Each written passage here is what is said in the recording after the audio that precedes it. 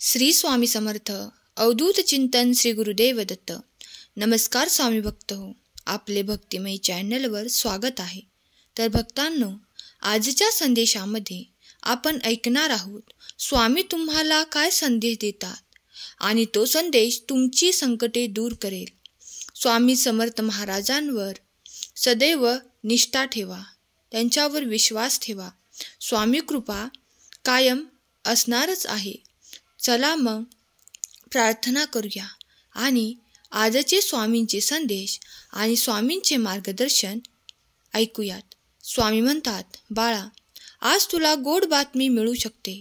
बाळा, तुझ्या जीवनात तुला खूप आनंद मिळणार आहे.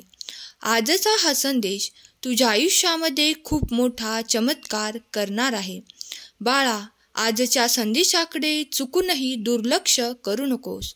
जीवनात जे हवं आहे ते सर्व काही तुला मिळणार आहे. फक्त बाळा, हा संदेश तू शेवटपर्यंत ऐक. सहमत असशील तर कमेंट बॉक्समध्ये खरा स्वामी भक्त टाईप कर. बाळा, तुझी प्रत्येक प्रार्थना मी पूर्ण करणार आहे. तुझ्या जीवनात येणारी प्रत्येक अडचण स्वामी सोडवणार. बाळा, कुठल्याही क्षणी तुझ्या जीवनामध्ये चमत्कार होऊ शकतो. तुला आनंदाची बातमी मिळू शकते. तुम्ही मागितलेले तुमच्या मार्गात येत आहे. तेव्हा तुम्ही काही मागू इच्छिता तेव्हा देवही तुम्हाला ते देण्यासाठी येतात, हे विसरू नका. आज स्वामी तुमच्याशी संवाद साधण्यासाठी आले आहेत. जर तुम्ही स्वामीप्रिय बाळ आहात तर श्री स्वामी समर्थ नामघोष करायला विसरू नका. कमेंटमध्ये जेव्हा तुम्ही श्री स्वामी समर्थ लिहाल तेव्हा तुमची मोठी इच्छा पूर्ण करणारे आशीर्वाद तुम्हाला प्राप्त होतील, यावर विश्वास ठेवा. स्वामी देवांचे विचार आणि स्वामी देवांचे आशीर्वाद प्राप्त करण्यासाठी जो कोणी या संदेशापर्यंत आला आहे तो भाग्यशाली आहे. स्वामींचा हा संवाद जे जे भक्त ऐकतील त्यांच्यावर स्वामींचा आशीर्वाद येत आहे. त्यासाठी सज्ज व्हा, ते स्वीकार करण्यासाठी तत्पर व्हा. स्वामींचे असे अद्भुत आणि आश्चर्यकारक परिवर्तन जे तुमच्या आयुष्यात घडणार आहे ते स्वीकार करण्यासाठी सज्ज व्हा. तुमचे जीवन आनंदाने परिपूर्ण केले जाईल. तुम्हाला जे हवे असलेले आशीर्वाद तुम्हाला मिळतील, त्यावर विश्वास ठेवावे. देव कृपाळू आहेत, दयाळू आहेत, याचा अनुभव तुम्ही लवकरच करणार आहात. स्वामींचा हा पवित्र संदेश या क्षणाला तुमच्यापर्यंत येईल. त्यासोबत लगेचच तुम्हाला एक आनंदाची बातमी मिळणार आहे. तुम्ही आणि तुमचे संपूर्ण कुटुंब त्या आनंदाच्या बातमीने आनंदी होणार आहात. जर तुम्ही ही बातमी स्वीकार करण्यासाठी सज्ज असाल तर होय, मी ती बातमी स्वीकार करतो असे कमेंट करा. तुम्ही भाग्यशाली ठराल. स्वामी म्हणतात, बाळा, दगडातून जेव्हा मूर्ती कोरली जाते, तयार केली जाते, तेव्हा त्यालाही घनाचे घाव सोसावे लागतात. तेव्हा त्यानंतर ते सर्व काही मूर्तीत रूपांतरित होते. देव म्हणतात, बाळा, त्याचप्रमाणे तुम्ही सामान्य मनुष्य जेव्हा काही संघर्ष करून पुढे येतात आणि त्या संघर्षांना न घाबरता, न दुर्लक्ष करता त्याचा स्वीकार करून पुढे जाण्याचा एक प्रयत्न करतात, तेव्हा तुम्ही अधिक घडून येतात. तुम्ही अधिक सुस्पष्ट होता. देव म्हणतात, बाळा, कुठल्याही परिस्थितीत घाबरू नकोस, कारण तुझा देव परमात्मा तुझ्या अंतरात्म्यात आहे आणि तुला सदैव साथ देत आहे. याचा अनुभव तुला कित्येकदा येतो. आता तसेच काही घडणार आहे. तुझ्यासाठी तुझे काही विचार करत आहेस, त्यातील काही नकारात्मक भाव वगळून टाक आणि मग बघ, देवाचा अद्भुत चमत्कार तुझ्यासाठी घडू लागेल.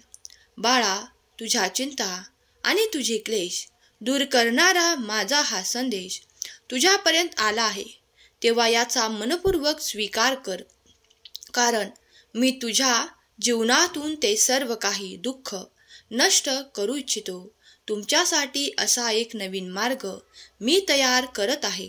त्यावर चालताना तुम्हाला अनेक आनंद प्राप्त होणार आहेत. काही सुखाचे क्षण तुमच्या जीवनात येणार आहेत. पूर्वी तुम्ही कधीही ते अनुभवलेले नाहीत. असे आनंद तुमच्या जीवनात येत आहेत. त्यासाठी ते स्वीकार करण्यासाठी तत्पर व्हा, कारण मी तुमची काळजी घेत आहे. तुम्ही काळजीमुक्त राहा. स्वामी म्हणतात, बाळा, कधी कधी खूप काही अडचणी असतात, पण त्यांना सामोरे जाण्याची शक्ती देखील मीच तुम्हाला देत असतो. तुम्ही जर मला गुरु म्हणून स्वीकार केले आहे, तर सर्व चिंता माझ्या चरणाशी सोपून निश्चिंत असावे, कारण मी तुमच्यासाठी कार्य करत आहे. जो अनन्य भक्तिभावाने माझे स्मरण करतो आणि सर्व काही चिंता योगक्षेम माझ्यावर समर्पित करून त्या चिंतेना विसरून फक्त देवाचे नामस्मरण आणि आपले कर्म करत पुढे जातो, त्याच्यावर माझी निरंतर कृपा दृष्टी राहते आणि त्याच्या कार्यात त्याला प्रत्येक ठिकाणी यशाची प्राप्ती होते. तू जर अंतरात्म्यातून ईश्वराचे चिंतन करत असेल तर तुझ्यासाठी अशक्य असे काहीही नाही.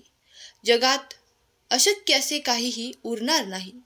स्वामी म्हणतात, तुझ्या अंतरात्म्यामध्ये आहे मी, तुला हरू देणार नाही. या कलियुगात तुला एकटे सोडणार नाही. बाळा, जर तुम्ही या संदेशापर्यंत आले आहात तर स्वतःला भाग्यशाली माना, कारण तुमची निवड स्वतः ईश्वराने केली आहे. आपल्या आराध्य देवता आणि शक्तीवर नेहमी निसंकोच भक्ती विश्वास ठेवा. योग्य वेळी ती देवता आणि ती शक्ती इतके देते की मागायला काहीच उरत नाही. जर तुम्ही या मताशी सहमत असाल तर खरा स्वामी भक्त कमेंट करा. स्वामी म्हणतात, बाळा, तुझ्या हाती तुझ्या कर्तव्याचे माप. तेव्हा कर्म करताना चांगले कर. जितके समजेल तितके चांगले कर्म करत राहा, कारण त्यामुळे तुम्ही जीवनात ती समृद्धी, ते ऐश्वर्य, ते सुख, तो आनंद प्राप्त कराल. जेव्हा जेव्हा तुम्ही सर्व काही एकत्र येतात तेव्हा कोणाची निंदा करू नका, कोणालाही भेदभाव करू नका. कोणीही असो, त्यांच्यात वादविवाद निर्माण करू नका. जर तुम्ही खूप काही चांगले कर्म करण्यासाठी इथे असाल तर देव देखील तुमच्यासाठी चांगलेच आशीर्वाद देतील. स्वामी म्हणतात, माझ्या बाळा, तुझ्या मनातील सर्व काही मला सांग. तुला असलेले शंकेचे निरसन देखील मीच करेन. बाळा, तुला पडलेल्या प्रश्नाचे उत्तरही मीच देईन. माझ्यावर विश्वास आणि भरोसा जो कोणी ठेवतो तो कधीही अंधारातून चालत नाही. त्याच्यासाठी माझा दीर्घ तेजस्वी प्रकाश येत आहे. त्याचे जीवन माझ्या प्रकाशाने लख्ख होणार आहे. त्याचे भाग्य उजळणार आहे. जो कोणी हा परमपवित्र संदेश मनपूर्वक ऐकत आहे, स्वीकार करत आहे, त्यावर माझी विशेष प्रीती आहे. तो त्याच्या त्या कार्यासाठी माझी मदत मिळवू शकतो, कारण मी त्याला ते देणार आहे. त्याच्या शंकांचे निरसन देखील करणार आहे. काही काळात तुम्हाला एक मोठी आनंदाची बातमी प्राप्त होण्याची वेळ जवळ येत आहे. बाळा, तू भाग्यशाली आहेस. तुझ्यासाठी देव कार्य करत आहे.